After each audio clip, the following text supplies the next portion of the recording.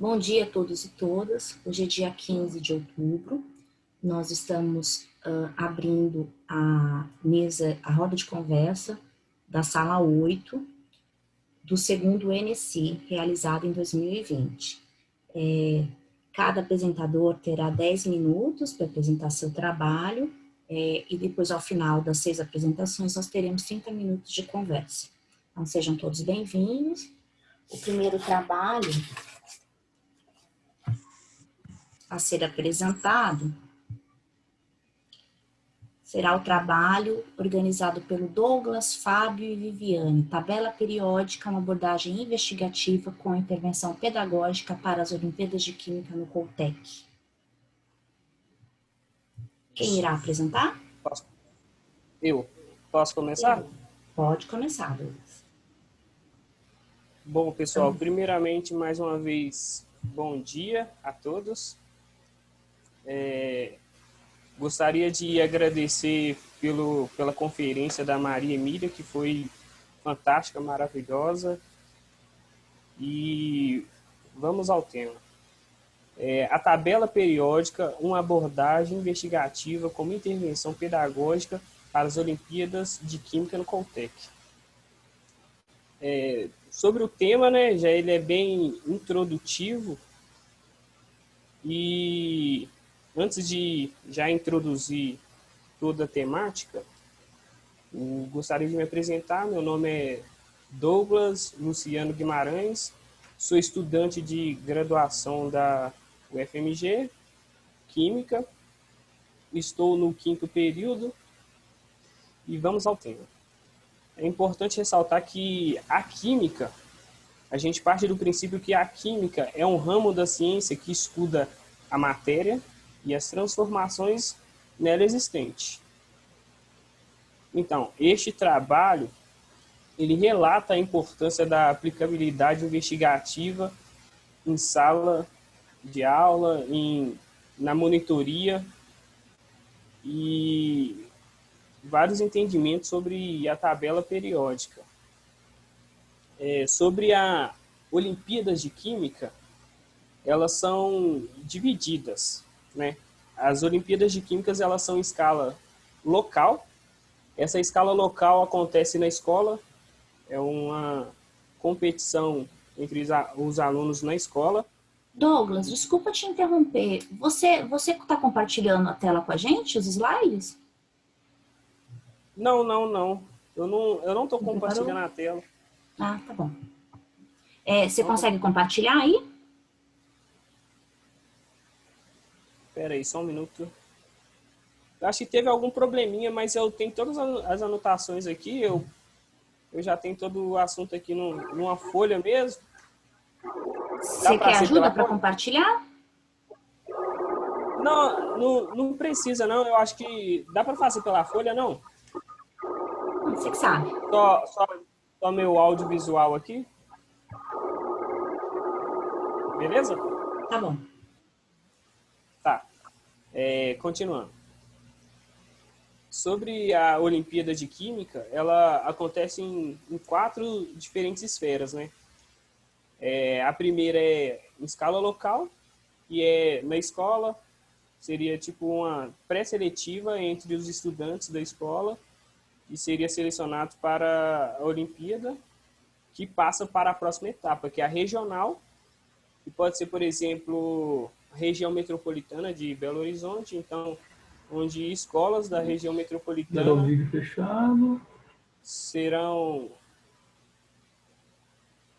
disputarão entre si essa seletiva. Clica nele. Não, clica aqui. Em escala estadual, que é no estado, em todo o estado de Minas Gerais. Então, a próxima, após a regional, em contexto estadual, por exemplo, estado de Minas Gerais. Então, os alunos entre si vão competir ali para fazer essa seletiva no estado. E, por último, a mais importante, que é a escala nacional, né? Que vai ser uma competição entre todas as regiões e todos os estados. Tá, esse trabalho, essa Olimpíada, a qual eu me refiro, foram feitos por alguns alunos do Colégio Técnico de Minas Gerais, no ano de 2019, na UFMG. Tá. Segundo os parâmetros curriculares nacionais para o ensino médio, eles apontam 3 conjuntos de competências importantes, que é comunicar e representar, essa parte investigativa, né, de investigar e compreender, e contextualizar social ou historicamente os conhecimentos. Então, quando eu falo das Olimpíadas de Química no Coltec e a proposta que eu introduzi, que é o rearranjo da tabela periódica, eu entro nessa parte investigativa e compreender que os parâmetros curriculares nacionais introduzem. Com relação à ciência, em específico à química, a parte investigativa, a gente colocou uma situação-problema. Então, a partir dessa situação-problema, os alunos iriam investigar e aplicar o conhecimento adquirido. Falando um pouco do contexto da tabela periódica, essa tabela periódica utilizada atualmente, ela foi organizada pelo químico russo Dmitry Mendeleev. E essa tabela, ela está organizada em ordem crescente de números atômicos e todos os elementos nelas rearranjados da esquerda para a direita, eles aparecem em linhas verticais e linhas horizontais. Essas linhas verticais são chamadas de famílias ou reconhecidas também por grupos. E as horizontais são os grupos, né? Vou falar um pouco sobre a metodologia que utilizamos. Bom, sobre a metodologia, foi desenvolvida em conjunto, né, em parceria, pelos alunos monitores, alunos de graduação monitores do Coltec, e alunos que pertencem ao PIBID.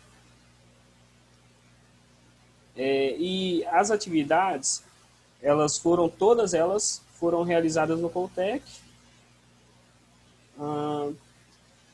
O número de alunos participantes foram em torno de 25 alunos participantes do ensino médio. E efetivamente, o número que foram participantes foram selecionados após essa primeira etapa local, né, que é da escola. Foram selecionados 7 do primeiro ano, 7 alunos do primeiro ano e 5 alunos do segundo ano. Tá, a metodologia foi desenvolvida em dois momentos. O primeiro momento ele foi destinado ao levantamento de assuntos abordados nas Olimpíadas de Química. Então, o que a gente fazia? A gente abordava todo o assunto que era aulas, né? Basicamente aulas, abordado nas Olimpíadas de Química. E o assunto que a gente escolheu para tratar em cima foi esse da tabela periódica. E o segundo momento, ele foi a divisão da turma em grupo, e após escolher cada grupo, a gente passou a situação, problema de montar uma tabela. Douglas, faltam 2 minutos. 2 minutos? Ok. Então, cada grupo teria que montar uma tabela de acordo com as informações que a gente passava ali sobre cada elemento.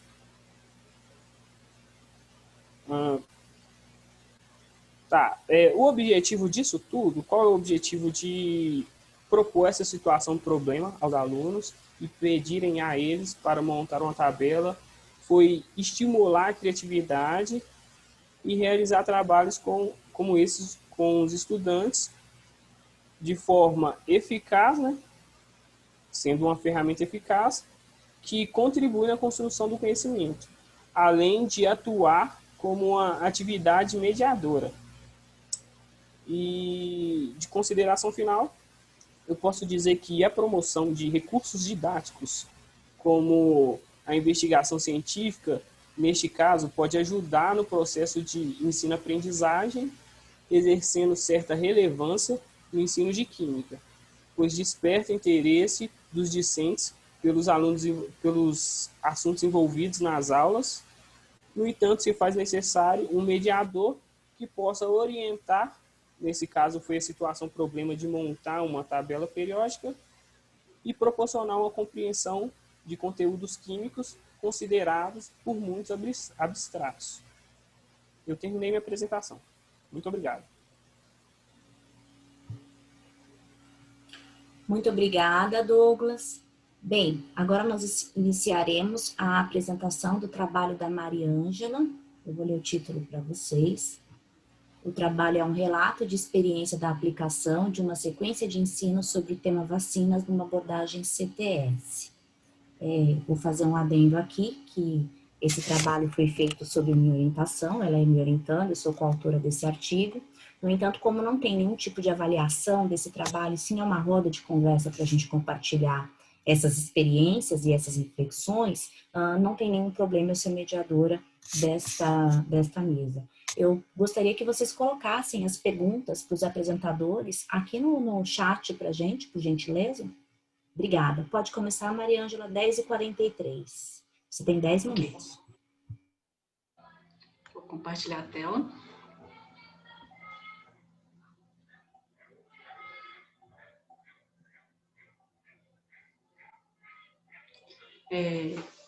Então, bom dia a todos, né? Como a Janaína falou, meu nome é Mariângela, né? E eu vou apresentar para vocês o trabalho, que foi o trabalho de conclusão do curso do CECI, né? Da especialização do CECI, lá pelo CECIMIG da UFMG. Bom, então as vacinas, elas mudaram a qualidade e expectativa de vida das pessoas ao longo de uma história que começa no final do século XVIII e que, por sucessivas e importantes descobertas, se desenvolve para a melhoria da qualidade de saúde pública e bem-estar social. Porém, né, observa-se atualmente uma diminuição na cobertura vacinal, o que tem acarretado o retorno de doenças até então controladas, né?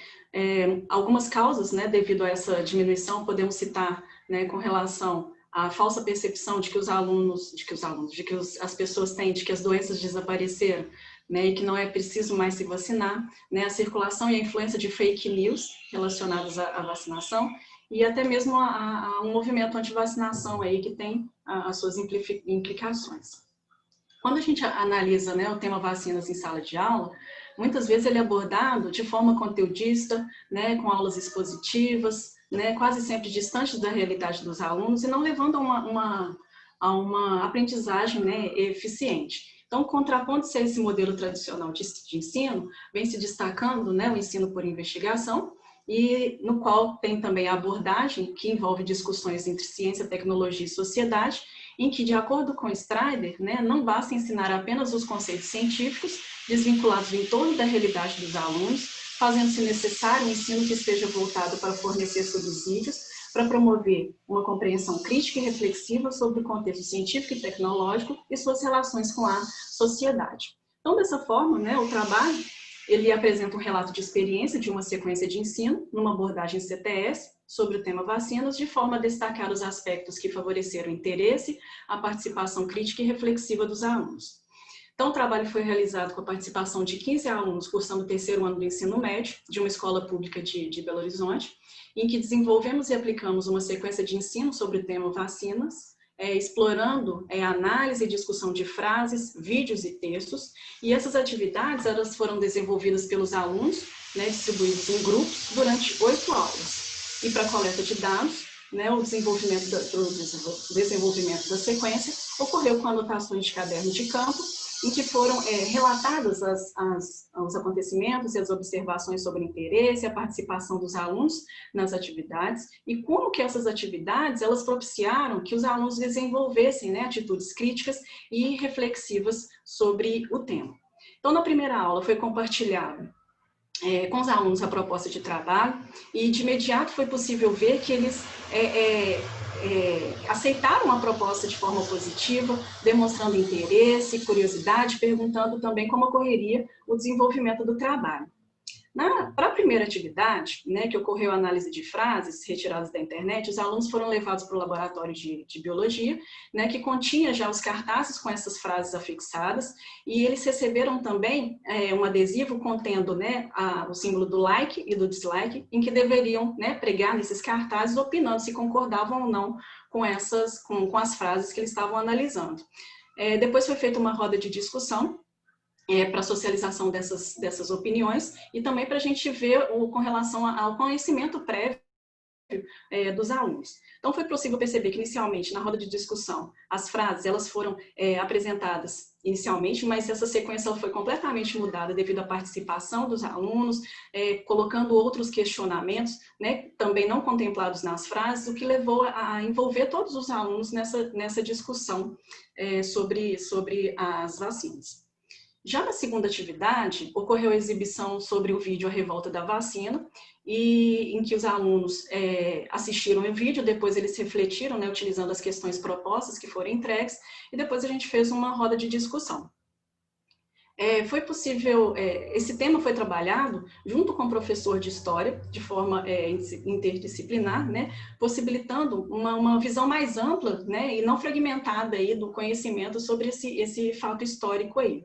E na roda de discussão, foi possível envolver os alunos, né, todos os alunos na discussão, em que eles relacionaram os problemas, né, políticos, econômicos, sociais da população na época, né, que tinha sido abordado na aula de História, também com os problemas, né, relacionados à saúde, o desenvolvimento da vacina e a resposta da população a essas vacinas, né, que foi dada de forma compulsória, né, e levando então, né, estimulando uma reflexão dos alunos e estimulando o desenvolvimento do pensamento crítico aí com relação ao tema, levando ao que fala Strider, né, que ao proporcionar aos alunos uma perspectiva mais rica e mais realista sobre a história da ciência, essa se torna mais acessível, mais atraente e os prepara para o papel de cidadãos responsáveis na sociedade. Já na terceira atividade, os alunos foram levados para o laboratório de informática, onde eles assistiram vídeos retirados da internet, eles fizeram uma reflexão, né, com as questões propostas sobre esses vídeos, e depois, numa roda de discussão, ocorreu a socialização e discussão sobre os temas, né? Eles apresentavam interesse com relação a assistir o vídeo e saber até de onde foi retirado, porque embora eles utilizem a internet, né, no cotidiano deles, muitos não utilizam aí de forma e de maneira educativa, né? E na roda de discussão foi possível perceber também que os alunos participavam ativamente, explicando o que tinha falado, o que era se falado, né, em cada um dos vídeos, levantando, né, outros alunos levantando questionamentos, foi possível problematizar, né, e além disso foi importante para envolver também na discussão todos os alunos, possibilitando também a reflexão acerca da tomada de decisão individual e coletiva sobre a vacina, em que eles puderam relacionar sobre o descobrimento da história da vacina, com sua função, seu mecanismo de ação, além das implicações relacionadas também ao movimento anti-vacinação, levando ao que Santos e Mortimer falam, né, que a utilização de recursos da mídia como vídeos, de fatos da história da ciência, utilizando como estratégias debates em pequenos grupos e discussão centrados nos estudantes, contribuem para que os alunos desenvolvam habilidades e atitudes de tomada de decisão. Já na quarta atividade, né, em grupo, os alunos eles fizeram a leitura de um texto falando sobre fake news e pós-verdade, e depois eles fizeram uma discussão, né, nos pequenos grupos sobre as questões propostas relacionadas ao texto, e depois teve uma roda de discussão. Cabe destacar, né, que eles reclamavam do tamanho do texto, mas não impediu que eles debatessem as questões, né, porque eles viram que sobre o que o texto tratava já tinha sido abordado também sobre fake news anteriormente nas aulas, então eles participavam ativamente na discussão com os colegas nos pequenos grupos, e na roda de discussão foi colocado, né, uma questão falando, né, sobre a mídia ajuda ou atrapalha a compreensão da população sobre as questões relacionadas à saúde, né? Então foi possível perceber que através que a problematização, ela desencadeou várias reflexões sobre a importância da vacinação, sobre a importância de se verificarem as informações que eles recebem. Eles fizeram até uma comparação, né, com o texto que eles receberam, que eles não fizeram uma leitura total do texto, fizeram uma leitura superficial, e comparando também com os posts e com os áudios que eles recebem em suas redes sociais, né, que não verificam a informação e acaba passando para frente e compartilhando essas informações. Então, Maria foi possível Ângela, também... faltam Sim, 2 minutos. ok? Possibilitando também um olhar mais crítico, né, sobre as informações que eles recebem. Então, o ensino numa abordagem CTS forma cidadãos mais comprometidos com a sociedade e interessados em atuar em questões sociais. Né? Então, nós consideramos, então, que a estratégia adotada, segundo a abordagem CTS, ela foi fundamental para criar um espaço em que os estudantes pudessem participar ativamente das discussões, emitindo opiniões, argumentando, refletindo e desenvolvendo o senso crítico em relação ao tema abordado para a tomada de decisão. E também foi possível permitir, né, o professor refletir sobre a necessidade de abordar temas relevantes e atuais que envolvem a nossa sociedade a partir do ensino por investigação, em que proporciona que os alunos se envolvam na construção de sua própria aprendizagem por meio de estratégias, uma abordagem CTS, pois essa possibilita a participação dos alunos, contribuindo para o desenvolvimento do senso crítico, para que tornem cidadãos atuantes e capazes de tomar decisões responsáveis. As referências utilizadas na apresentação e outras se encontram também no resumo do artigo. É isso. Obrigada. Muito bem, Maria Ângela, obrigada. Parabéns pela apresentação, cumpriu o tempo. Vamos passar agora para a apresentação do próximo trabalho. Lembrando que vocês podem colocar as perguntas no chat, ao final, na hora da nossa discussão, eu vou apresentar essas perguntas aqui para os apresentadores, tá? Então, o nosso terceiro trabalho é sequência de ensino investigativa com enfoque CTS para ensino do tema raios no ensino médio. Os autores são o Leandro da Silva Barcelos e o Wallace Prodígios Moraes. O Leandro está presente. Isso. Leandro. Você que vai apresentar, Leandro? Eu mesmo. Vocês podem me confirmar se estão vendo direitinho? Está tudo funcionando bem? Estamos vendo, sim. Leandro, são 10h54. Você tem 10 minutos para apresentar, tá bom? Boa apresentação para você. Valeu. Bom, bom dia a todos, mais uma vez. Um prazer estar aqui com vocês. Agradeço desde já a atenção dispensada a mim. Esse trabalho eu fiz em parceria com o professor Wallace Moraes, nós somos da Federal do Espírito Santo. Bom, esse trabalho ele nasce de uma articulação entre estágio supervisionado e monografia, que é uma pós que nós temos feito já há algum tempo. Foi, no caso aqui, o estágio supervisionado do Wallace, durante a parte de regência. A monografia foi sob minha orientação. Nós temos estimulado os estudantes a realizarem intervenções pautadas na abordagem investigativa, e que nessas intervenções eles também coletem dados de maneira sistemática que embasem reflexões profundas e também a própria monografia. No caso, o professor regente, na ocasião, pediu que ele trabalhasse o tema eletrostática, então nós resolvemos trabalhar então a abordagem investigativa articulada em enfoque CTS para trabalhar o tema raios, que nós consideramos ele um tema sociocientífico, e aí nós temos feito essa aposta também já em outros trabalhos de contextualizar os problemas a serem investigados a partir do enfoque CTS, então problematizando as tecnologias, as atitudes, a tomada de decisão em temas socialmente relevantes. No caso, vale lembrar que o Brasil, segundo o INPE, é o país campeão em incidência de raios, também há um grande número de pessoas que acabam perdendo a vida nesses acidentes, e algumas delas poderiam ser poupadas pela adoção de tecnologias ou outras medidas protetivas, atitudes também a serem tomadas. Então, nós trouxemos esse tema socialmente relevante para contextualizar os problemas a serem investigados nessa intervenção que o Wallace conduziu na ocasião. Então, eu estou relatando aqui uma pesquisa qualitativa do tipo intervenção, que foi feita em 2019. No caso, nós desenvolvemos uma sequência de ensino investigativo articulada em enfoque CTS de 3 aulas, 55 minutos cada. A turma em questão foi de terceira série do ensino médio, teve 41 estudantes na ocasião. Nós tomamos todos os aspectos éticos, de preservação da imagem, autorização também por meio do termo de consentimento livre esclarecido, e as aulas foram gravadas em vídeo e áudio. E o problema central da intervenção foi: o que podemos fazer para diminuir o risco de acidentes durante uma tempestade de raios? Aqui eu já vou apresentar a estrutura das aulas e também relatar um pouco do que foi. Na aula 1, nós levamos vídeos e reportagens sobre raios, com o intuito de fomentar a discussão e levantar o conhecimento prévio dos alunos. Chamou muita atenção deles o vídeo de raios atingindo aviões em pleno voo, ou raios caindo 2 vezes no mesmo lugar. E aí, em cima disso, nós debatemos, então, quais seriam as atitudes, ou o que podemos fazer para evitar acidentes. E aí surgiu coisas desde cobrir espelhos até tirar aparelhos da tomada, não usar nada de metal, ficar no lugar que tenha para-raio, entre outras coisas. Essas colocações foram sendo feitas, o professor foi registrando e depois ele voltou problematizando cada uma delas, né? A mediação foi incentivando que os alunos argumentassem, contra-argumentassem em cima dessas colocações. Na aula 2, nós levamos 2 experimentos, um gerador de Van de Graaff e kits de eletrostática.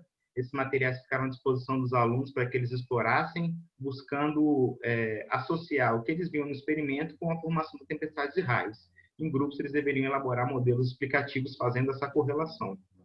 Na aula 3, foi feita a sistematização e retomada o problema inicial, né? Foi feito o resgate das construções dos alunos na aula 2 e também as colocações da aula 1, elas foram mais profundamente debatidas, buscando ali o processo de sistematização. E, no fim, a gente pediu que os alunos elaborassem panfletos a serem supostamente distribuídos para a população em geral, isso de maneira em grupo, pequenos grupos, e eles tinham total liberdade para fazer esse trabalho. Eles tinham que pensar no design, na linguagem, nas informações, entre outras coisas. Foi também uma forma de avaliação, né, esses panfletos. Aqui eu compartilho alguns exemplos, né, foram muitos. Por exemplo, esse da esquerda aqui, a gente vê, misturaram desenhos com texto, exaltando ali um pouco do que não fazer e um pouco do que fazer, com destaque para a discussão sobre o raio, né, atingindo um carro ou um avião, que foi uma coisa bem marcante. O fato também de ficar embaixo de árvores também foi uma coisa bastante discutida. Esse da direita, a gente vê os alunos exaltando mais o que não fazer, né? Eles usaram ali o não em letras garrafais em várias oportunidades, fizeram ali a plaquinha de proibido também, destacando as atitudes a não serem tomadas. Aqui eu apresento outros 2 em que a gente também vê mistura ali de desenho com texto, muita ênfase também na coisas e pessoas sendo atingidas, né? Ou seja, essa estratégia de chamar a atenção pelo medo. E também aqui, né, esse último panfleto destacando ali também o que não fazer, o que fazer, mas também com destaque para a posição que você deve ficar, né? No caso, está no campo aberto, que foi uma coisa também que chamou muita atenção dos alunos. Só destacar aqui também que esses panfletos foram muitos, foram diversos. Claro, a gente também teve contribuições que não foram, assim, demonstraram tanto engajamento ou também dedicação à tarefa, mas, de uma maneira geral, eles embasaram também nossas avaliações em diferentes dimensões. Por fim, só queria destacar, né, a articulação ensino por investigação CTS, que nós temos feito e dado bons resultados em relação ao desenvolvimento de práticas científicas e epistêmicas, a alfabetização científica e a tomada de decisão sobre temas socialmente relevantes, né, nessa contextualização. Claro que isso também está condicionado a uma mediação pedagógica adequada, não é simplesmente articular 6 CTS que as coisas vão acontecer por si só. E também destacar essa contribuição das intervenções no estágio provisionado, articulado à pesquisa de monografia, que tem sustentado reflexões mais profundas, mais sistematizadas, embasadas ali nessas ações desenvolvidas. Aqui estão as referências e obrigado a todos pela atenção.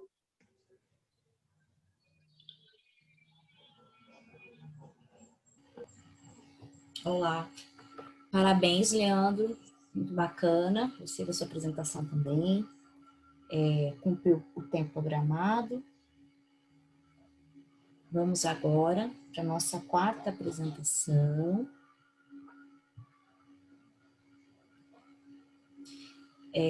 Os autores são Joana Dark, Marçal Cacheado Oliveira, Mônica Buciarelli Rodrigues, e o título do trabalho é Transgênicos. Experiência de ensino e aprendizagem de adultos usando viés investigativo e contextualização social. Quem que vai apresentar? Joana? Sim. Então, tá bom. Joana, são 11h01, você pode começar a sua apresentação. Só fazendo um adendo aqui, gente, as perguntas vocês podem colocar aqui no bate-papo e depois, na hora do nosso momento de discussão final, eu apresento as perguntas para a gente poder discutir, tá bom? Pode começar, 11h01. Bom dia a todos. Eu gostaria que vocês me ajudassem aí para ver se eu estou conseguindo compartilhar devidamente a... Você consegue compartilhar? Sim. É porque a pessoa tem um problema sério aqui, né, entre a... Ah, relaxe, que isso. Você clica em compartilhar a tela e você escolhe o arquivo. Acho que agora vai. Meu Deus. Você clicou no arquivo que você quer compartilhar. Só um minutinho, por favor. É porque eu ainda sou meio analfabética com esse Zoom, sabe? Me perdoem. Eu nunca fiz nenhuma apresentação aqui pelo Zoom. Então, lá embaixo no verdinho você clicou, compartilhar tela. Isso, está começando. Entendeu? Então vamos lá. Foi? Ok? Está carregando. Pronto. Ótimo. Foi. Então, bom dia. Meu nome é Joana. Eu fiz esse trabalho como uma aplicação de uma sequência didática para o meu trabalho para minha dissertação de mestrado. Eu sou egressa do ProfBio, né, que é o mestrado profissional no ensino de biologia. Ele é em rede e a nível nacional. Então, o relato é transgênicos, experiência de ensino e aprendizagem de adultos usando um viés investigativo e a contextualização com relação ao CTS. O que esse trabalho vem propor? Uma das coisas que a gente tem percebido hoje na sociedade é que temas correlatos à biotecnologia são corriqueiros no cotidiano dos alunos, seja novela, jornais e tudo mais, e o uso cada vez maior de ter tecnologias digitais de informação e comunicação, e essa emergência do ensino investigativo, né? Do ensino de ciências por investigação, principalmente, e a gente consegue, então, perceber a necessidade de contextualizar, né, o ensino que nós vamos chamar como CTS.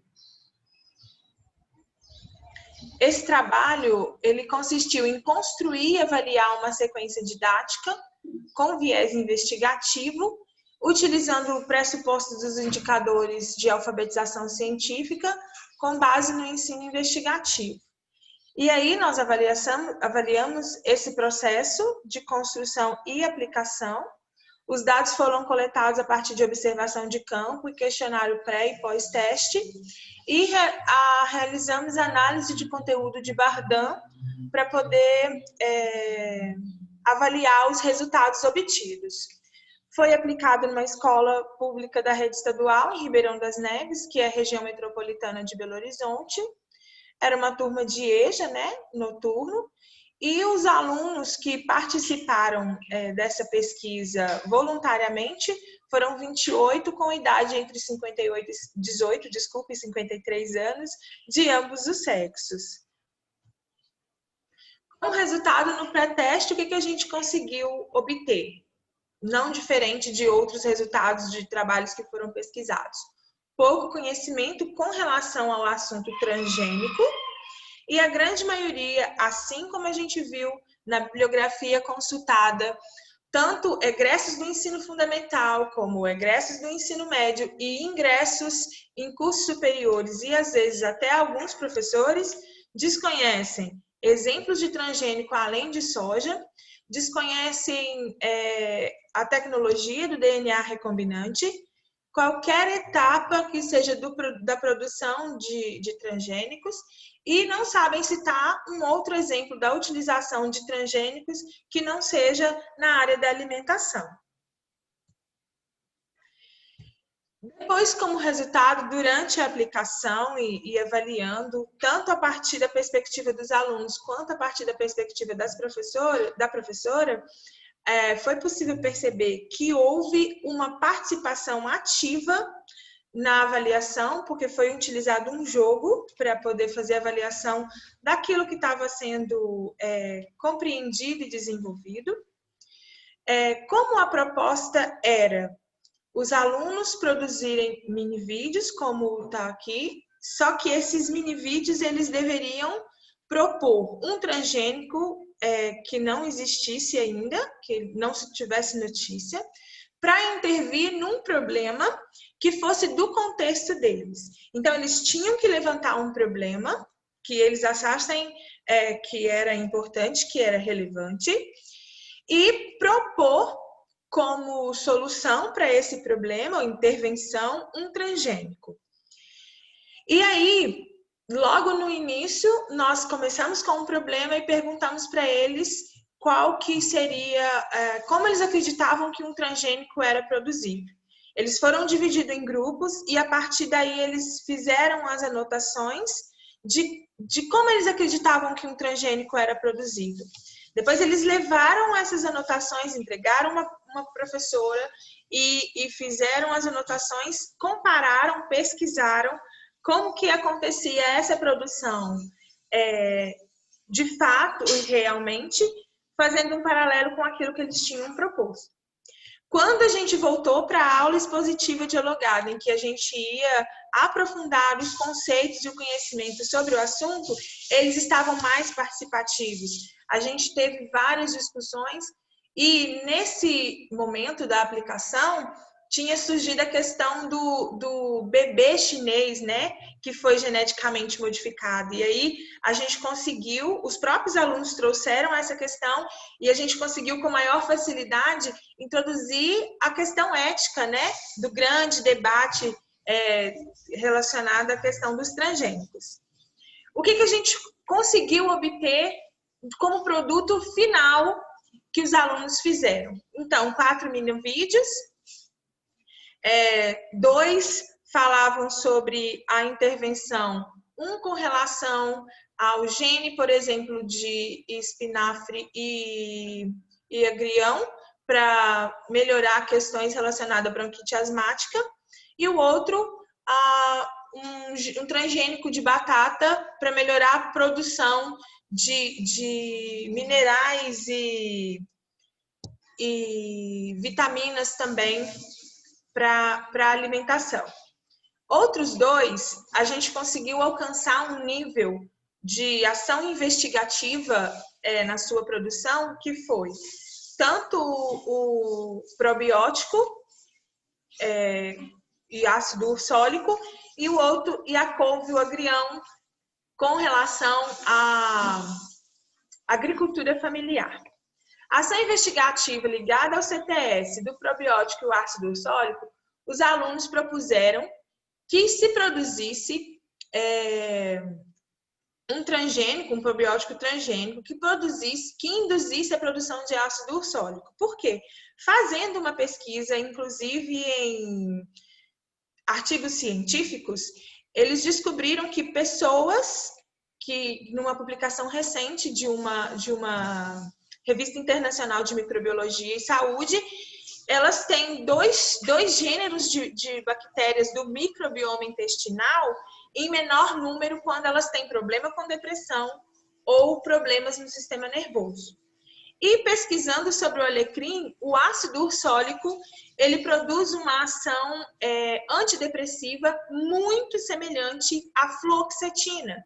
Então, eles propuseram a produção desse probiótico transgênico para intervir na questão da depressão. O outro grupo, que foi o que propôs a couve e o agrião, eles pensaram num transgênico de couve porque é mais apetecível para os alunos de escola pública.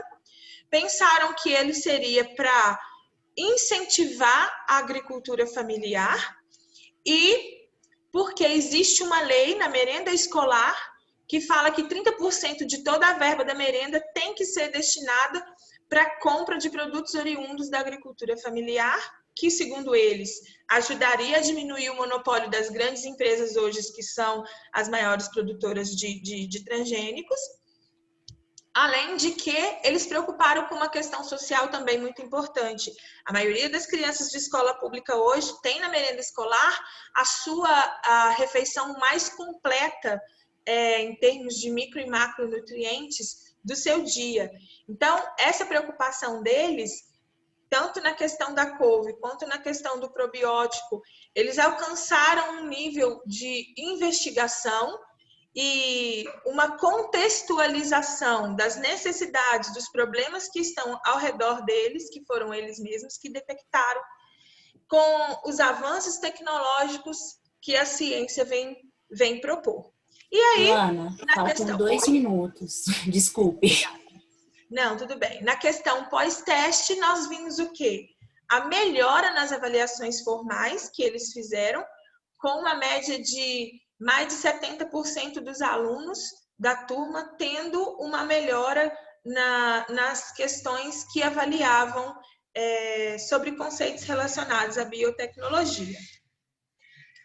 Nós temos como considerações finais: a gente conseguiu compreender que o ensino por investigação, aliado a essa questão do CTS, a gente consegue um protagonismo estudantil maior, a gente percebe que a autoestima, que é um fator preponderante em termos de aprendizagem, formação do conhecimento, é maior. Os alunos conseguiram perceber que as tecnologias digitais de informação e comunicação são excelentes ferramentas pedagógicas. Os alunos passaram a compreender melhor a função da ciência a serviço da sociedade. Por outro lado, nós vencemos esse paradigma de ensino passivo, nós conseguimos ajudar a diminuir o medo de utilizar as tecnologias de informação, a não ser para se relacionar em redes sociais, e diminuímos também a insegurança, diante dos desafios que principalmente alunos do EJA encontram quando eles retornam para o ensino formal depois de tantos anos sem estudar. Se vocês tiverem interesse, o endereço da dissertação é esse. Lá também vocês vão encontrar a sequência didática completa. Eu agradeço ao FMG, a CAPES, que é fomentadora, e o Prof. Bio, por essa oportunidade excelente que eles nos proporcionaram. Essas são as referências e lá no resumo também vocês vão encontrar outras referências. Eu vou deixar só por mais um pouquinho aqui esse endereço da dissertação com o link. Tá? Obrigada, bom dia.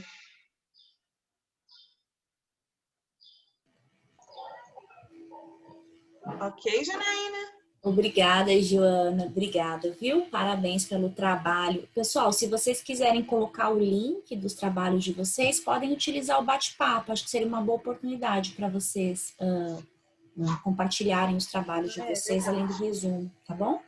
Uhum. Você pode interromper seu compartilhamento, Joana?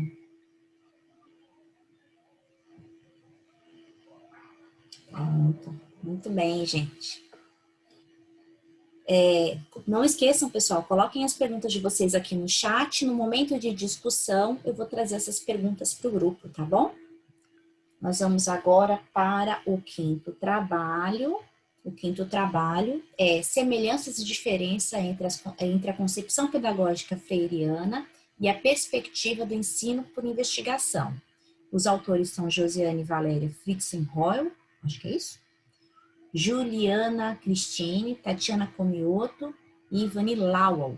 Espero que seja assim a pronúncia. A apresentação ficará por conta da... É Josi? Isso mesmo? Josiane. Ah, Josiane. Então tá bom, Josiane. São 11h15. Você pode começar o seu trabalho, você tem 10 minutos, tá bom? Ok, obrigada.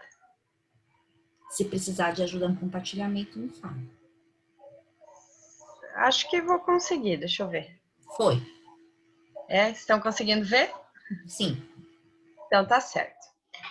Bem, como já foi apresentado, né, o artigo Semelhanças e Diferenças entre a Concepção Pedagógica Freiriana e a Perspectiva do Ensino por Investigação.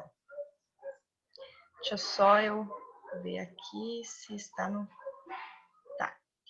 Bem, como a gente sabe, essa questão do modelo tradicional de ensino, né, onde a gente passa para os alunos os conceitos prontos, de maneira mecânica, isso não tem mais suprido as necessidades da sociedade atual e até mesmo dos alunos, né? Para amenizar, então, essa situação, existem algumas propostas de ensino que valorizem o aluno como um sujeito ativo da sua aprendizagem. Entre elas, a gente pode destacar aqui a concepção pedagógica freiriana, né, proposta por Paulo Freire, e o ensino por investigação. Na proposta freiriana, o processo ele é baseado em temas, né, e que vão se desenvolver por meio de 3 etapas. A etapa da investigação, a etapa da tematização e, por fim, a etapa da problematização. Nessa proposta, o objetivo, né, disso é promover a conscientização acerca dos problemas cotidianos, também a compreensão do mundo e o conhecimento da realidade social.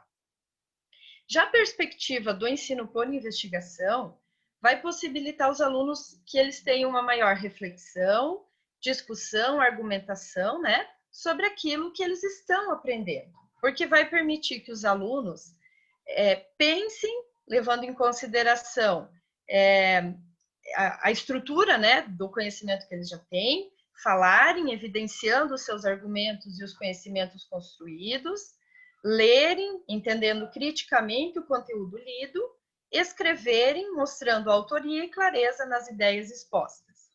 As atividades baseadas no ensino por investigação, elas iniciam com a apresentação de uma situação-problema, ou de um problema, né? Esse artigo, né, esse trabalho, ele é de natureza qualitativa e ele foi uma análise teórica em relação à concepção pedagógica freiriana e o ensino por investigação. Para fazer essa análise, nós definimos alguns critérios. São 8 critérios, né? O papel do aluno, o papel do professor nas 2 concepções, o respeito ao conhecimento prévio dos estudantes, a contextualização do tema, o incentivo ao diálogo, o favorecimento da interação social dos alunos, o desenvolvimento da consciência crítica e o papel da problematização. Como resultados, nós podemos ver que em relação ao papel do professor e ao papel do aluno, as 2 concepções, elas são bem semelhantes, porque elas, na concepção freiriana, o professor passa a ter um papel de coordenador e no ensino por investigação o papel de mediador, fazendo com que em ambas o aluno se torne um ser ativo do seu conhecimento. Também a gente pode perceber que as 2 propostas consideram o conhecimento prévio do aluno como parte importante no processo da aprendizagem dele. No ensino por investigação, é justamente a partir desse conhecimento prévio dos alunos que eles vão levantar as hipóteses para responder o problema proposto inicialmente.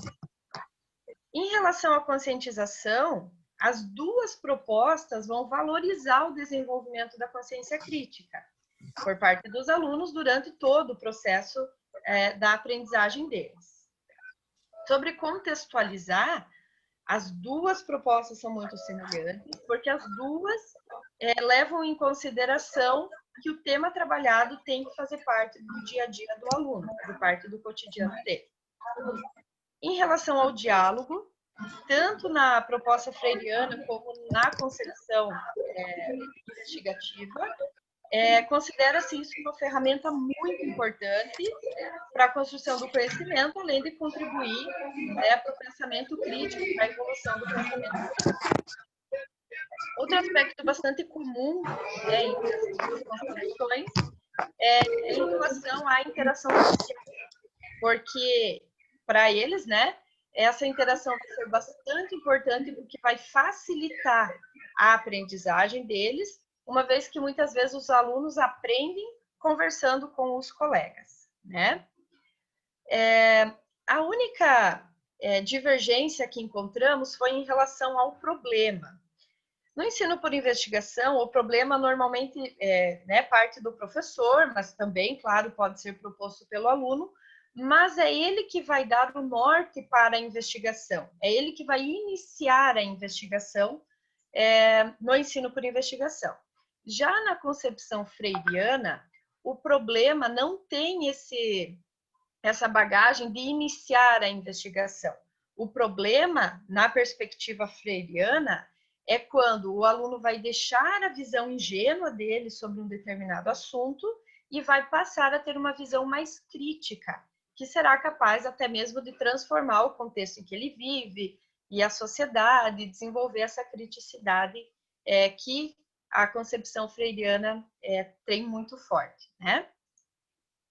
Então, como considerações finais, a concepção freiriana e o ensino por investigação, elas são muito semelhantes, né, no objetivo delas, porque elas priorizam o ensino dialógico e crítico. A proposta freiriana, ela está muito envolvida com a superação, a autonomia, priorizando também o diálogo, né? A perspectiva investigativa, ela prioriza bastante a reflexão, a discussão, a argumentação e também desenvolve nos alunos muito forte esse pensamento científico. Então, analisando, né, dos 8 critérios, em 7 eles foram similares, tanto a concepção freiriana como o ensino por investigação, e o papel da problematização é que houve essa divergência, que, como já expliquei, no ensino por investigação, o problema é que inicia, né, a investigação, e na concepção freiriana o problema ele vem depois, como parte, né, da criticidade dos alunos. Esse resultado pode estar associado ao fato de que, no ensino por investigação, a liberdade concedida para o aluno é uma liberdade intelectual, na qual o estudante é livre para propor a resolução do problema que ele tinha encontrado, né? Testando, sistematizando todo o conhecimento adquirido. Já na proposta freiriana, não se dá essa libertação, né? Ela não se dá somente na área cognitiva e intelectual, mas também no campo social, no campo político, que é o principal objetivo, né, da proposta freiriana, que os alunos tenham esse conhecimento crítico. Aqui estão as referências utilizadas para esse artigo e fico à disposição para perguntas. Obrigada.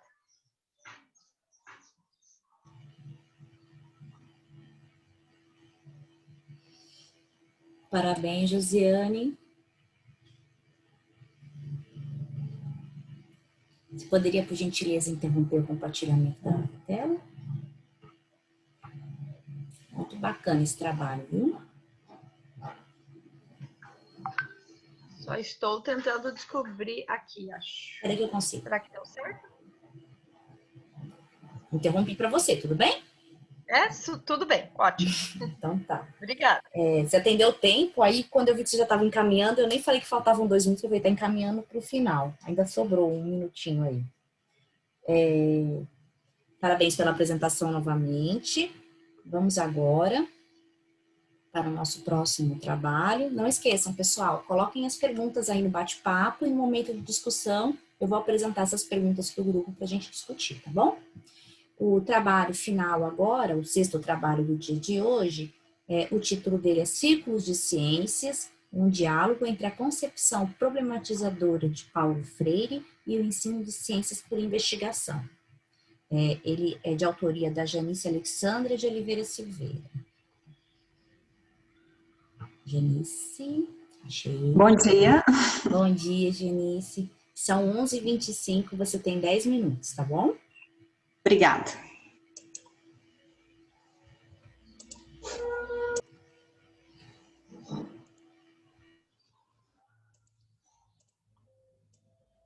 Apareceu para todos, pessoal?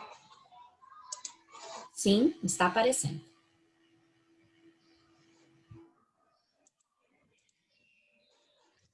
Só voltar.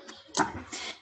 Bom dia, né, para todos. Meu nome é Janice Alexandra e eu sou mestranda da Universidade Federal de São João del Rei, mestrada em Educação. Esse relato que eu vou apresentar para vocês, ele ainda se encontra em andamento, não foi finalizado, né, então os resultados, a gente ainda não tem resultados bem fechados, né, eu vou estar explicando durante a apresentação. O título da minha dissertação é Círculos de Ciências, um diálogo entre a concepção problematizadora de Paulo Freire e o ensino de ciências por investigação. Eu começo esse trabalho a partir da memória de um encontro que eu tive com alunos do primeiro ano, no ano de 2014. Trazer essas memórias, relatar todas essas vivências que eu tive nesse ano de 2014 é importante, porque foi a partir do trabalho que eu desenvolvi com os alunos neste ano que houve um encaminhamento para a minha dissertação de mestrado, essa que eu estou apresentando para vocês hoje. Né? Então, a partir desse encontro, eu comecei a trabalhar com esses alunos o Reinventando o Ensino Médio, né? O antigo Reinventando o Ensino Médio. E não sei se todos sabem, mas o Reinventando o Ensino Médio ele foi previsto para ser desenvolvido ao longo dos anos, né? Começaria com o primeiro ano, depois segundo e terceiro ano do ensino médio. E no primeiro ano nós tínhamos lá a temática água para estar trabalhando. E eu trabalhava numa escola do distrito do município onde eu resido, né? O distrito de Morro do Ferro, eu moro em Oliveira, Minas Gerais. E lá em Morro do Ferro nós temos um rio chamado Rio Jacaré, e é um rio que vem passando por sérias degradações. E ele é um dos principais rios que abastece o município de Oliveira. Então, nasceu a partir desse conhecimento, do reconhecimento da realidade daqueles alunos por meio de diálogos com eles, nasceu um projeto que a gente intitulou Diários de um Rio, Diferentes Olhares sobre o Jacaré. Né? Toda a reflexão fundamentada pelo encontro com esses alunos a partir do desenvolvimento desse projeto, fundamentou toda a dissertação que hoje eu estou pesquisando, né, que ainda está em pesquisa. Logo em seguida, eu fiz, né, uma disciplina isolada no mestrado em Educação, Pedagogia Crítica de Paulo Freire, e o encontro desse projeto, Diários de um Rio, Diferentes Olhares sobre o Jacaré, com a Pedagogia Crítica do Paulo Freire, fundamentou a pesquisa de mestrado que encontra-se em andamento. Nessa pesquisa, né, nessa dissertação, eu faço uma discussão sobre o ensino de ciências, como esse ensino de ciências ele tem sido promovido ao longo do tempo. Né? E a gente tem visto um ensino muito pautado em conceitos e fórmulas, em trabalhar apenas conceitos e fórmulas, muito desvinculado da realidade dos alunos. Né? Então, no campo do ensino de ciências, em que se desnudam denúncias de uma educação bancária, porque é um ensino desvinculado da realidade dos alunos, um ensino totalmente memorizador, né? Transmissor de conteúdos, ele é um ensino que a gente pode considerá-lo como bancário, né? E onde nós temos também anúncios de uma educação problematizadora, eu busco compreender as possibilidades que os círculos de ciências, fundamentados em Paulo Freire e desenvolvidos nos anos finais do ensino fundamental, pode oferecer aos educandos, tendo em vista a reconstrução de uma postura autônoma, crítica e transformadora dos sujeitos que dela participam. Né? Com o propósito, então, de não apenas compreender e descrever as relações de ensino-aprendizagem e as relações entre educadores e educandos nas aulas de ciências, né? Mas também de colaborar com a transformação, nós optamos pela metodologia da pesquisação, fundamentada na metodologia da investigação temática. Deixa eu voltar aqui. Fundamentada na metodologia da investigação temática, que é promovida através dos círculos de cultura de Paulo Freire. A metodologia da pesquisação foi escolhida por nós porque ela permite um mergulho na praxis do grupo social que nós estamos estudando.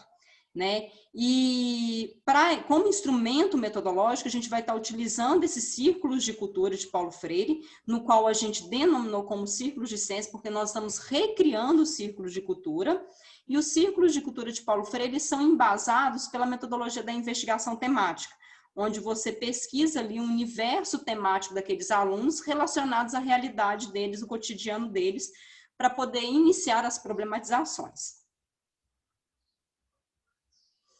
Como eu falei com vocês, é um relato de pesquisa que ainda encontra-se em andamento. Eu realizei um primeiro encontro com um professor de ciências da turma no qual eu trabalharia. Eu iria trabalhar com uma turma de 6º ano do ensino fundamental.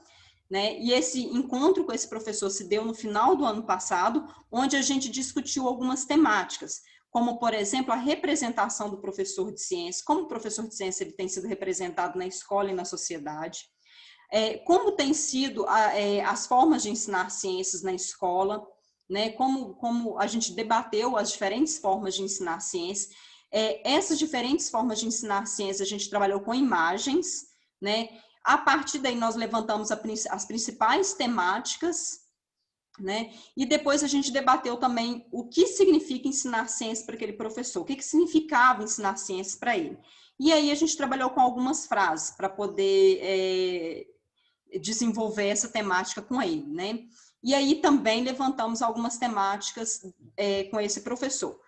Por que nós fizemos um encontro com o professor? Porque nós queríamos trabalhar com ele, de certa forma, a investigação temática, para que depois ele trabalhasse em colaboração comigo a investigação temática com os alunos no interior da sala de aula, né? Mas esse ano, quando nós iríamos começar os círculos de ciências, né, eu já estava inserida na escola, participando das aulas, ouvindo, né, escutando, fazendo aquele processo de escuta daqueles alunos, da realidade daqueles alunos. Houve aí a paralisação das aulas mediante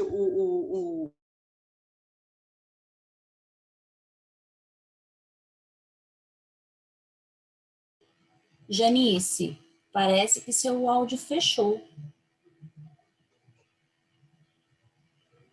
Para mim aqui ele está... agora voltou. Voltou? Então, pronto. Faltam 2 minutos, tá? Tá ok. Então, a minha pesquisa ela foi parada, né, devido ao coronavírus, né, e nós não encontramos formas de encontrar com esses alunos, uma vez que eles têm dificuldades também de estar acessando plataformas digitais, para que eu pudesse fazer um encontro com eles de forma virtual. Então, até o momento, nós estamos aguardando para ver como que vai ficar essas aulas, né, como que se vai ter o retorno ou não, para a gente decidir se eu voltarei a campo com os alunos ou não. Se não, eu vou estar trabalhando apenas com professores, eu vou voltar com encontros com professores de ciência para discutir essas questões do ensino de ciência por investigação em comparação com a educação problematizadora de Paulo Freire e o que isso pode favorecer nas práticas na nossa sala de aula, né? A experiência possibilitou-me ver as relações educativas como relações possíveis de transformação, marcas concretas ficaram e que agora desejo expandir, à procura de novos olhares, novas enunciações, nova reconstrução de posturas autônomas, críticas e transformadoras dos sujeitos que dela participarão. Aqui as referências que eu utilizei no relato.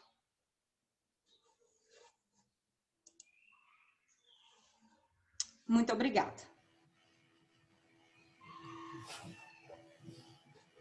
Parabéns, Janice. Obrigada pela apresentação. Bom, pessoal, gostaria de parabenizá-los. Gostei muito dos trabalhos, dos relatos de vocês. Como professora e como pesquisadora do campo da educação também, fiquei muito satisfeita, tanto com a leitura dos resumos de vocês, como também com a apresentação que vocês trouxeram aqui.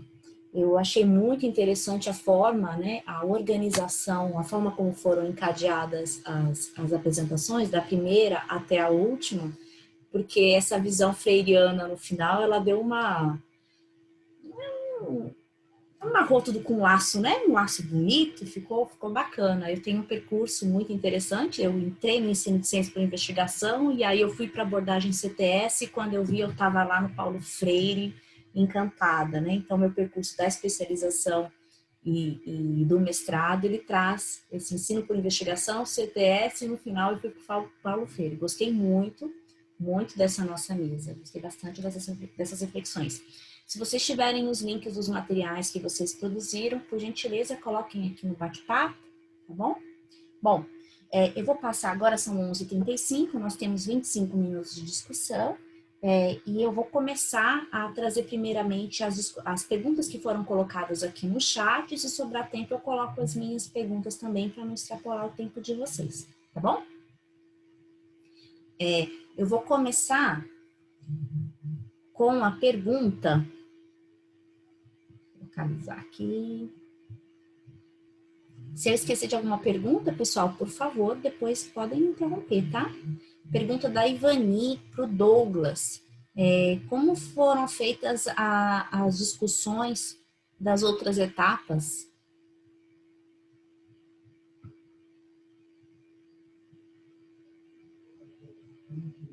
Douglas, está em aula? Está em transmissão? Douglas, você nos ouve? Oi, oi. Olá, Voltou? Douglas. Sim, temos uma pergunta para você que foi feita pela Ivani. É que o Douglas apresentou somente a situação problema, né? E daí ele não apresentou o restante das etapas da sequência de ensino. E era em relação a isso que eu estava fazendo a pergunta, que eu queria que ele deixasse isso mais claro para todos, né? Ah, sim, sim. Eu cheguei até a começar a responder sua pergunta, ô Ivani, quanto à questão do desenvolvimento, que foi o seguinte. No primeiro momento, foi esse levantamento dos temas, né, que são abordados nas Olimpíadas de Química e qual o tema que a gente escolheria para abordar na nossa aula, que foi escolhido o da tabela periódica. E no segundo momento a gente fez essa situação, problema, né? Então, a criação de uma tabela periódica, dividindo os alunos em grupos. E mais para frente eu escrevi, só que eu não cheguei a relatar isso, que foi a gente expôs, né, as tabelas periódicas e ao final da construção das mesmas a gente fez uma discussão. Qual que foi o motivo daquele certo grupo construir a tabela daquela forma? Ou qual que foi o motivo porque aquele tal grupo ele reorganizou os elementos daquela forma? Entendeu? Oi? Oi, respondeu, Ivani? O som saiu. Saiu sim. Eu que travei o meu microfone, não estava conseguindo abrir. Não, respondeu. Obrigada, Douglas, tá? O que eu percebi na leitura dos trabalhos de vocês, eu fico naturalmente, assim, como professora, eu fico curiosa, né? A limitação do número de páginas, ela obrigou com que vocês tirassem bastante informação, que eu tenho certeza que o trabalho de vocês tem, né? E eu percebi que teve muita coisa que eu fiquei curiosa. Verdade. Agora a pergunta é para a Mariângela e depois ela vai repetir para o Leandro. É a mesma pergunta também da Ivani. Eu separei por quem perguntou, tá, gente? A pergunta é: como foi observada a participação e envolvimento dos alunos, pois no ensino fundamental observa-se a participação, no ensino médio nem sempre. Então, primeiro, Mariângela, como foi observada a participação e envolvimento dos alunos, e depois eu gostaria de ouvir o Leandro. Bom, eu acredito que os diferentes recursos utilizados, os diferentes ambientes, né, os espaços utilizados, né, foi importante para que os alunos realmente participassem, né? E engraçado que eu já tinha trabalhado com esse tema, com esses alunos no primeiro ano, e foi uma coisa que não funcionou. Né? Então, acredito que a forma como a sequência ela foi desenvolvida e os recursos utilizados, isso foi importante para que esses alunos participassem, para que eles participassem das discussões, né, e com relação ao conhecimento mesmo, com relação ao tema vacinas. E lembrando, né, e uma coisa que o tema também era e é ainda muito atual. Né? Então, eles conseguiram participar, né? E uma outra coisa interessante foi que foi falado para eles que eles não seriam avaliados, né, nas respostas certas e erradas, né? Isso também foi importante que eles participassem. Até aquele aluno mais tímido e tal, ele conseguiu, ele participou ali ativamente. E eu tive uma resposta muito grande com relação a isso, né? Nas aulas seguintes, né? Que eles sempre pediam, né? Ah, hoje vai ser uma aula diferente, hoje a gente vai poder falar, hoje como é que vai ser? Ivani, uma dúvida. A sua pergunta refere-se à metodologia de coleta de dados, é isso? Não, é justamente o que ela falou, porque assim, ó, nós já observamos e até eu fiz a pergunta porque a CI dela é de 8 aulas, né? A proposição. E quando ela é maior, você vê que no ensino médio os alunos acabam cansando. Mesmo você usando outras estratégias, dependendo do número de aula e de atividades que você faz, chega no final eles já não querem mais saber. Então, a gente tem tido algumas experiências em alguns, e isso você começa a observar que os alunos acabam não participando. Foi em relação a isso que eu fiz a pergunta. Foi por isso. Foi interessante. Obrigada. Ivani, como eu sou coautora, eu acho que ela vai complementar. Vai, Mariana. Foi interessante que foi percebido isso na última atividade, que foi dado o recurso do texto, né? E que não foi muito bem aceito por ser um recurso que eles já se vem trabalhando antes, né? Mas quando foi colocado para eles para participar, para eles discutirem, né? Eu acho que funcionou legal. Obrigada, Maria Ângela. Obrigadinha. Leandro, você nos ouve?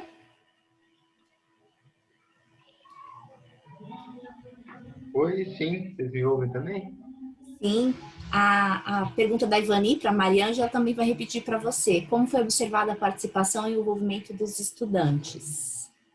No nosso caso, nós registramos em vídeo aulas, 3 aulas, né? Então, a análise se baseou também no comportamento por vídeo, nós olhamos, e na monografia do Wallace, que eu compartilhei ali o link com vocês, nós analisamos o engajamento com base Isso, foram 3 aulas, a intervenção.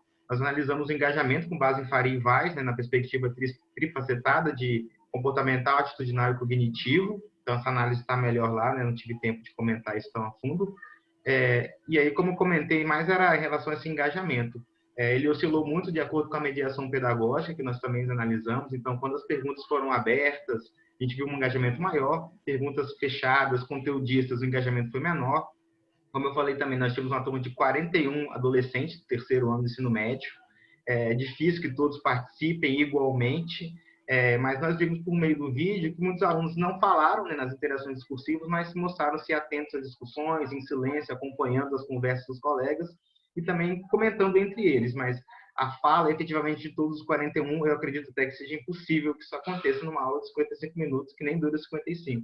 Então, nossa análise do engajamento está nesse trabalho e ele oscilou com a mediação. No caso do panfleto também, né, a gente teve aluno que claramente pegou um papel na hora, dobrou, copiou alguma coisa do Brasil Escola e entregou. Mas, assim, impossível também querer que todo mundo se engaje da mesma maneira. Mas é claro que com as reflexões a gente pensa também em estratégias para futuras reaplicações, tentar, né, superar esses desafios de alguma maneira. Espero ter respondido. Muito obrigada, Leandro. Respondeu sim, Leandro. Obrigada, tá? Eu que agradeço. As duas sequências, né? Então, uma tem um número de aula expressivo, com poucos alunos, e a sua tem um número expressivo de alunos com poucas aulas.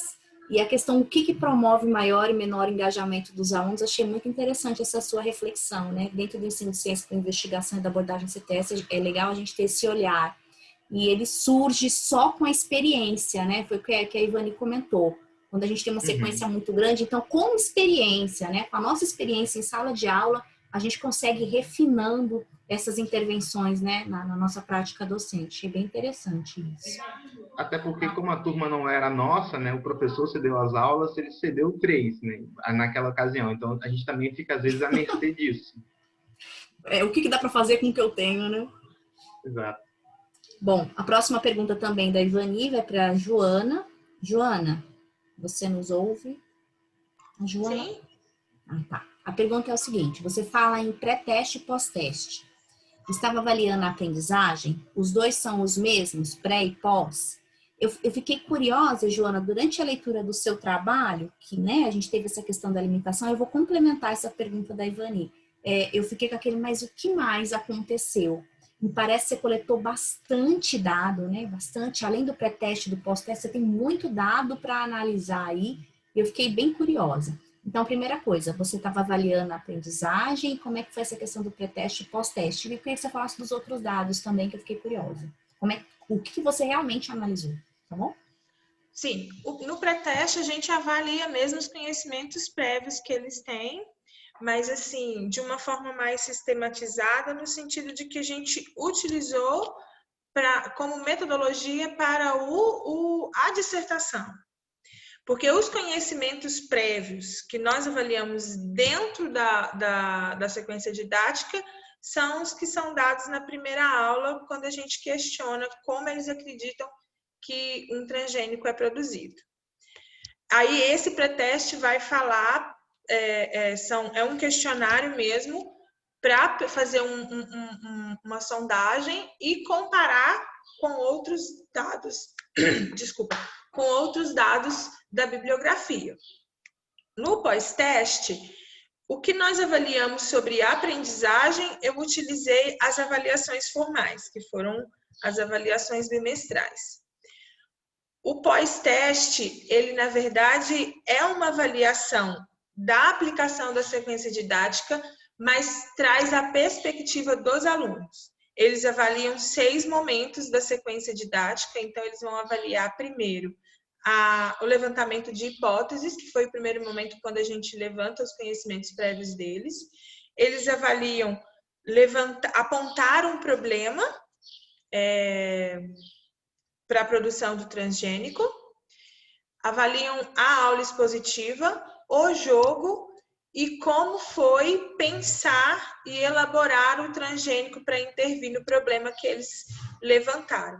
Então, o questionário pós-teste, ele é um questionário totalmente aberto, e em cima disso que a gente avaliou como que foi a sequência didática na perspectiva dos alunos.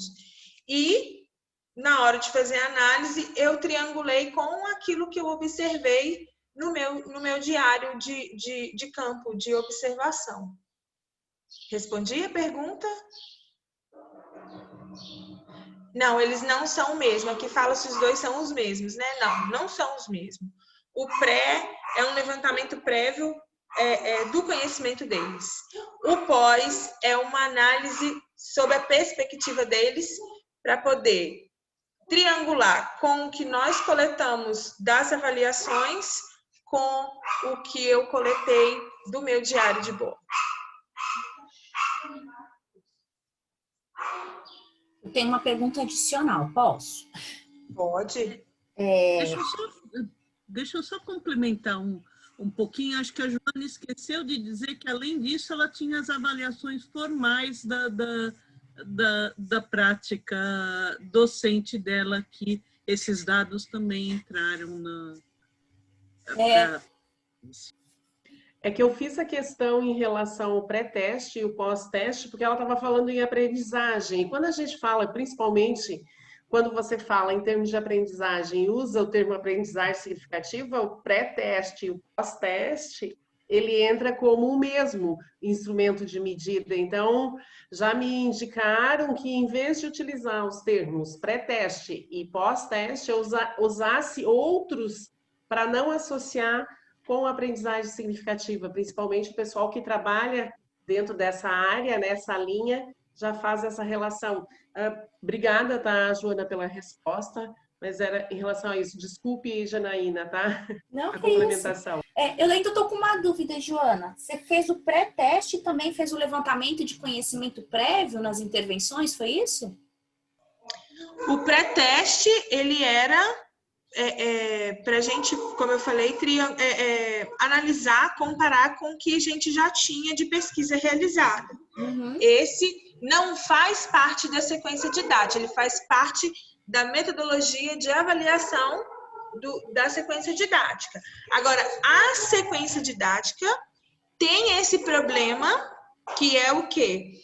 Como são produzidos transgênicos, e a partir daí, como eles têm que anotar, vem essa ideia de conhecimentos prévios que eles trazem para formular as hipóteses com relação aos transgênicos.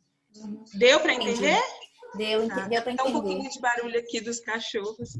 Sem problema, aqui tem o carro do ovo, gente. Daqui a pouco vocês vão ouvir. Obrigada, Joana. Obrigada, Mônica, Ivani.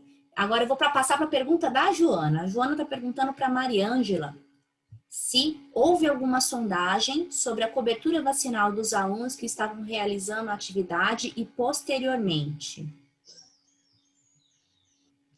Mariângela? Então, sim.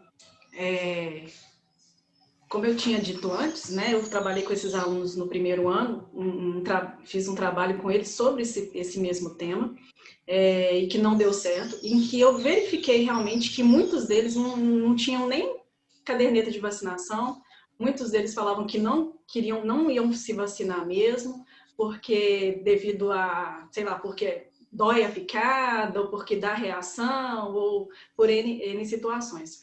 E foi percebido que, após, né, essa aplicação dessa sequência didática, uma mudança completamente com relação à importância que eles começaram a adquirir com relação à vacinação. Né? Ocorreu uma mudança realmente de postura, uma mudança de opinião, sim. Joana, respondeu? Sim, ok, obrigada. Agora eu vou passar para a pergunta da Janice. Ela foi direcionada para o Leandro. Leandro, você disse que nem todos participaram de forma efetiva. Vocês fizeram alguma intervenção para que esses alunos se interessassem e participassem? Bom, como eu comentei sobre a análise do engajamento, né, a gente teve essa dificuldade dos 41 estudantes. Então, claro que nem todos participaram, por isso, no sentido de falar. E aí, esse debate com 41 pessoas em 55 minutos, que não dura 55, né? A gente sabe que outras coisas consomem o tempo do professor. Então, foi nesse sentido, né? A participação oscilou conforme a mediação pedagógica e também por esses dificultadores. E, como comentei também dos panfletos, né? Alguns alunos não demonstraram muito envolvimento com a tarefa, mas a intervenção, ela encerrou naquela terceira aula. A gente já tinha um plano de confeccionar mesmo os panfletos para distribuir, nem que fosse ali entre a própria comunidade, mas por falta de apoio não aconteceu isso, infelizmente, mas o interesse continua. Mas no pós-intervenção nós não fizemos outras intervenções nesse sentido. Não sei se essa foi a pergunta. Respondeu, Joana? Mais alguma dúvida? Não, respondeu sim. Obrigada. A última pergunta que foi colocada no bate-papo, se eu puler alguma, depois me falem, tá, pessoal? É da Jéssica, ela foi direcionada para você também, Leandro. Ela gostaria de entender um pouco mais sobre a aula 2. Algum detalhinho específico da aula 2? Modo geral? Jéssica. A utilização dos kits de eletrostática. Ah, sim. No caso do gerador de Van der Graaf, o próprio Wallace construiu, articulado com a disciplina de instrumentação, já que a escola não tinha esse recurso. Aí ele exigiu uma mediação direta dele, já que é um aparelho que oferece alguns riscos, né?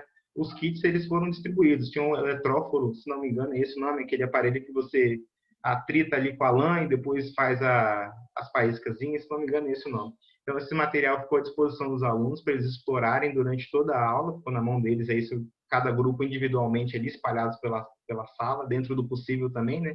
Sala pequena com 41 alunos. E enquanto eles exploravam, eles deveriam fazer essa conexão entre o que eles estavam vendo ali no experimento, o fenômeno, com a formação da tempestade de raios, né, no mundo real. E aí eles elaboravam essas respostas, tinham que registrar, e elas foram debatidas na aula de sistematização, que foi a terceira. Aí, no caso dessa aula também, outro detalhe, nós não conseguimos captar áudio, porque os grupos estavam espalhados ali, e o Wallace teve que ficar na mediação com o Van der Graaf, mas a filmagem foi feita, ainda que com um ângulo fixo, né? Então, a gente conseguiu discutir mais os modelos elaborados pelos alunos e também as imagens deles concentradas ali com os experimentos, né, manipulando. Então, a análise ela acabou sendo diferente em relação da primeira, na qual a gente conseguiu captar, né, toda a discussão das interações discursivas, transcreveu e analisou. Foi isso? Respondi? Entendi, Leandro. Obrigada. Eu que agradeço. Acho que numa outra situação, o trabalho, né, foi bem interessante a leitura desse trabalho, mas acho que numa situação com mais tempo de aula e conseguir colocar mais gravador, né, o levantamento de conhecimento prévio dessa aula deve ter sido de uma riqueza, assim, a problematização que o próprio trabalho em si ele trouxe deve ter sido de uma riqueza fantástica, né?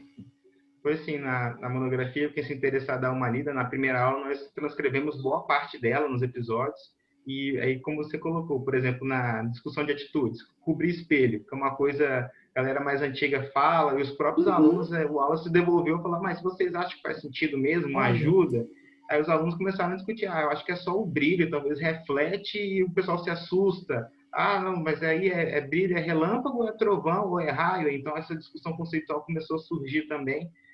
Realmente foi um momento muita riqueza, e toda vez que a gente socializa um pouco desse trabalho, as próprias pessoas começam a se perguntar assim, pô, mas realmente o que tem que fazer na hora do raio? Será que eu faço para realmente correto?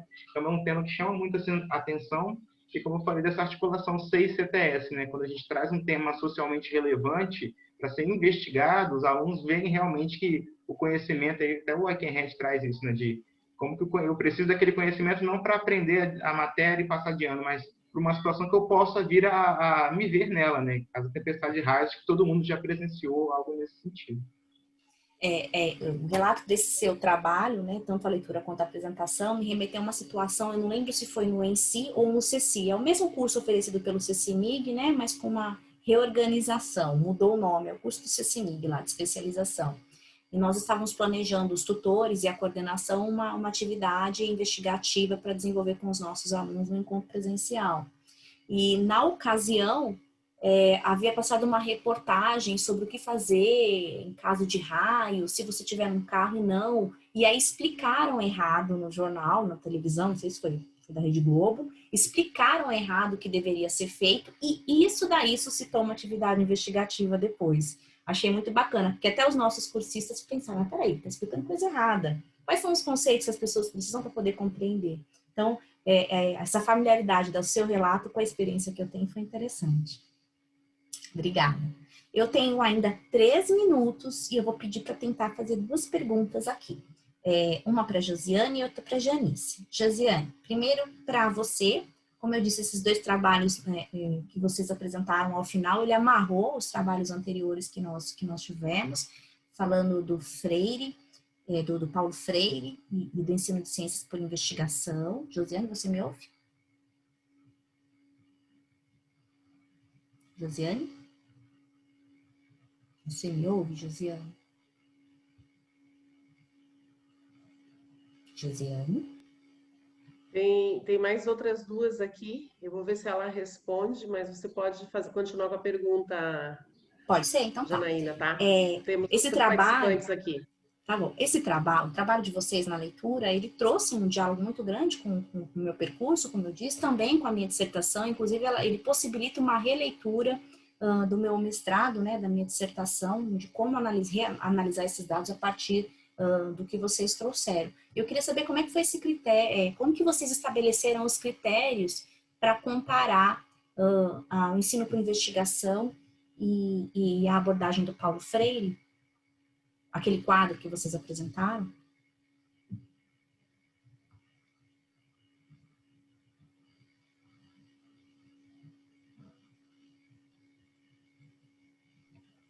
Juliana, consegue responder? Posso responder, sim. O que nós fizemos nesse trabalho foi uma pesquisa teórica sobre o ensino por investigação, e aí nós elencamos, assim, os principais pontos em que a perspectiva enfatizava dentro do seu molde, né? E fizemos a mesma coisa com a concepção freiriana. Fizemos a pesquisa teórica e aí elencamos aqueles pontos de mais destaque dentro da concepção e aí comparamos esses pontos uma com a outra e ali então a gente percebeu que havia muita coisa em comum, muita semelhança, né? E aí comparamos os vários momentos tanto do ensino por investigação quanto da concepção freiriana, fizemos essa comparação, essa análise teórica em cima dessas 2 perspectivas e aí, enfim, a gente chegou ali na parte da problematização, que houve, então, essa pequena divergência, na verdade, uma divergência dentro da teoria, né?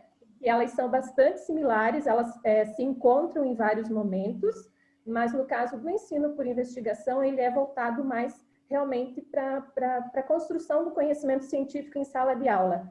E a concepção freiriana, ela abrange, ela vai além, né, da sala de aula. Ela procura, assim, uma coisa mais social. E ali houve, então, essa divergência nesse aspecto. Mas não que seria uma divergência que afaste as duas teorias. Né? Elas são bem próximas e elas caminham muito juntas, realmente. A minha percepção na leitura do resumo que vocês apresentaram é de que vocês construíram uma ferramenta de análise de dados interessante ou iniciaram essa construção. E eu gostei bastante, particularmente dentro do que eu me interesso, achei bem interessante. Mesmo contando essa diferenciação, né, ela traz uma relevância do porquê que eu estou ensinando ciências, como que eu estou ensinando ciências, né, qual que é a relevância disso no cotidiano desses alunos. Gostei bastante, viu? Bom, a última pergunta, já são 12:01, para Janice. Janice. Olá, Janice. Janice, eu queria que você explicasse para a gente um pouquinho, considerando os temas que foram apresentados anteriores ao seu, né, os trabalhos apresentados anteriormente, e o diálogo que eu consegui perceber entre as propostas dos trabalhos, o que é o Círculo de Cultura do Paulo Freire? Você podia explicar um pouquinho mais para a gente? E a outra questão que você me falou que você está com um problema agora, né, que possivelmente você vai utilizar os professores, eu passei por isso na minha pesquisa, são duas perguntas. Primeiro, do Círculo de Cultura, e a segunda é sobre a apropriação dos professores sobre investigação temática, porque eu percebi uma dificuldade na minha pesquisa em relação a isso. Eu queria que você contasse. Tá? E como eu falei, né, a nossa pretensão era recriar os círculos de cultura, né, promovendo círculos de ciências. Os círculos de cultura, se nós formos olhar para a criação, né, de Paulo Freire, vou usar esse termo aqui agora, ele funciona como instrumento metodológico, né, ele é um instrumento de coleta ali, né? Paulo Freire, quando ele desenvolve os círculos de cultura, ele desenvolve círculos para o desenvolvimento da metodologia da investigação temática, que é aquela metodologia que ele discute no capítulo 3 do Pedagogia do Oprimido, né? Então, a partir dos círculos de cultura, ele pesquisa todo o universo temático daqueles alfabetizandos, ele trabalha na educação de jovens e adultos, que estavam em processo de alfabetização, e ele faz toda essa investigação por meio de círculos, né? E aí a palavra círculos, onde os saberes circulam, não necessariamente que as pessoas têm que estar em círculos, né? Mas espaços de diálogos, de reflexão, de interação, onde os saberes circulam. Na minha pesquisa, talvez durante minha apresentação ficou um pouco difícil de compreender, mas como eu trago aqueles relatos, aquelas memórias, aquilo é muito importante. Na minha dissertação ela está muito mais bem elaborada, muito mais bem explicada. Aquilo é importante porque a partir daquela vivência eu fiz a escuta da realidade. Então é como se eu tivesse feito a investigação temática, a primeira etapa da investigação temática com aquela comunidade. A partir das experiências que eu vivi, eu escutei os principais problemas ambientais, que além do Rio Jacaré, o distrito no qual eu trabalhava também apresenta outros problemas ambientais. E eu iria elaborar, desenvolver, né, nesses círculos de ciências, o estudo de uma problemática ambiental muito presente naquela comunidade, que são as vossorocas. Vossorocas são erosões no solo.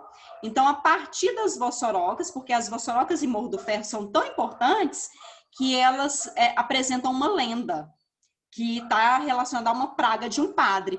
E é algo que Paulo Freire traz muito presente nas suas teorias, né? A mitificação dos problemas, né, da realidade. Então, eu ia trazer isso também. E então, por meio dessas vossorocas, eu iria desenvolver os círculos de ciência para introduzir temas relacionados ao solo, o estudo do solo, o estudo da água, que são temas que estão aí no 6º ano. Só que como a proposta era trabalhar colaborativa, né, de forma colaborativa com o professor, eu precisava também trabalhar com ele dessa maneira. E aí eu trabalhei a escuta com ele, né? Nossos encontros partiram da escuta, e cada escuta que eu fazia em um encontro, eu levantava as principais temáticas que seriam problematizadas no próximo encontro. E aí eu problematizava com ele as principais temáticas que veio da própria fala dele. Isso para que no final dos encontros ele percebesse que esse movimento seria o movimento que nós iríamos estar fazendo com os alunos. Eu pretendia que ele percebesse isso no momento que nós estivéssemos lá com os alunos, na hora que a gente começasse a conversar sobre a vossoroca, que é uma realidade existencial, concreta para aquela comunidade, problematizar essas vossorocas. E aí a problematização da realidade ambiental e social daquelas pessoas, eu iria trazer a problematização do em si. Porque além da problematização, como foi a Joana, que fez também a comparação? O trabalho da Josiane. Josiane, como a Josiane comparou, realmente há uma separação aí, há um distanciamento, um certo distanciamento dessa problematização.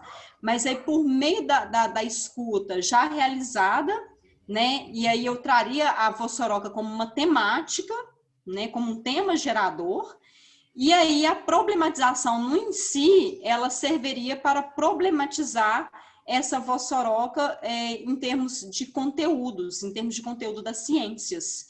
E aí, só que quando eu começo a fazer a introdução na escola, que eu começo a participar das aulas desse professor, veio a pandemia e aí eu não pude continuar com os alunos e também não consegui continuar com eles de forma virtual devido às dificuldades de acesso. Nossa. Não sei se eu te respondi, mas aí a questão da investigação temática com o professor, para nós era muito importante esse movimento, para que ele pudesse perceber o movimento que nós estaríamos fazendo. A minha pesquisa, ela meio que estava pensando num processo de formação docente ao desenvolver círculos de ciência com os alunos, porque esse professor também iria passar por um processo de formação comigo através da investigação das temáticas dele. E eu levantei muitas temáticas com ele, né? Espero que você tenha esses dados dos professores aí, que você teria dois sujeitos de pesquisa, né? Teria os professores que estavam em formação e os alunos. Depois. E eu acho que você vai ter que ficar com os professores agora, né? Vou ter que continuar com os professores. É interessante, gostei bastante da proposta. Bom, pessoal, são 12:07. Eu vou finalizar a nossa roda por aqui. Eu queria agradecer muito a participação de vocês no MSI. Com certeza, todos nós do CCMIB que estamos participando da organização, estamos muito felizes com a participação de vocês, muito gratos pela troca de experiências, trabalhos muito interessantes. E que vocês tenham muito sucesso na prática docente de vocês, na prática acadêmica também, e que, sempre que possível, possamos contribuir ainda mais com a educação do nosso país, tá? Gostaria de desejar saúde para vocês e para a família de vocês. Alguém quer falar alguma coisa nesse finalzinho? Não? Parabéns, Janaína, pela condução. Obrigada por tudo. Eu só liguei o vídeo porque a gente ligou no início, né, pelo menos para se despedir dessa mesa redonda, né, e agradecer a apresentação de todos. Parabéns. Muito obrigada a todos e todas. Viu, gente? Parabéns para todos vocês. Foi muito bom. Parabéns. Eu gostei bastante. Tá. Obrigada, gente. Estou encerrando aqui, tá? Tchau. Tchau, gente. Muito obrigada. Até. Tchau.